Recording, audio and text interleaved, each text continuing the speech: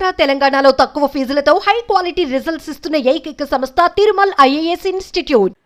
అల్లూరి సీతారామరాజు జిల్లా మారేడుమిల్లిలోని జలతరంగిణి జలపాతం వద్ద విషాదం చోటు చేసుకుంది. జలపాతాన్ని సందర్శించేందుకొచ్చిన ఎంబీబీఎస్ విద్యార్థుల్లో 3 గల్లంతయ్యారు. ప్రమాదవశాత్తు జలపాతంలో 5 విద్యార్థులు కొట్టుకుపోగా స్థానికులు 2 కాపాడారు. గల్లంతైన 3లో 2 మృతదేహాలు లభ్యమయ్యాయి. గల్లంతైన వారిలో 2 యువకుడున్నట్లుగా తెలుస్తోంది.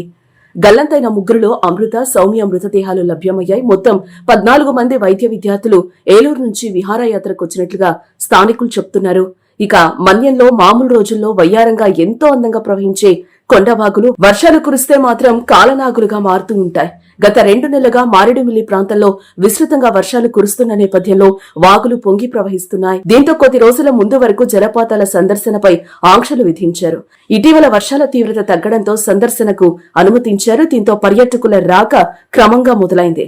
ఈ క్రమంలోనే నిన్న జలతరంగిణి జలపాతంలో సరదాగా గడిపేందుకు ఏలూరు ఆశ్రమ్ వైద్య కళాశాలలో ఎంబీబీఎస్ సెకండ్ ఇయర్ చదువుతున్న 14 మంది విద్యార్థులొచ్చారు.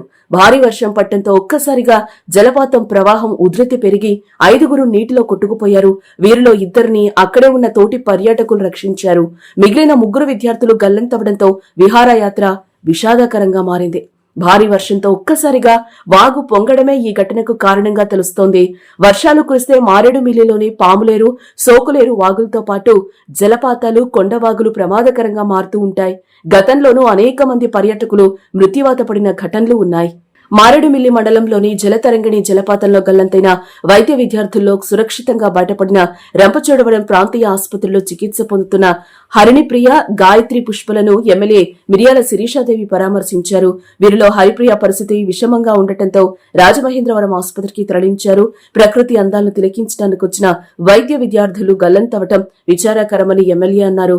పర్యాటక ప్రదేశాల్లో రక్షణ చర్యలు చేపడతామని తెలిపారు. ఆసుపత్రిలో చేరిన బాధితులకు మెరుగైన వైద్య సేవలు చేయాలని ఆదేశించారు. బాధిత విద్యార్థులకు ధైర్యం చెప్పారు.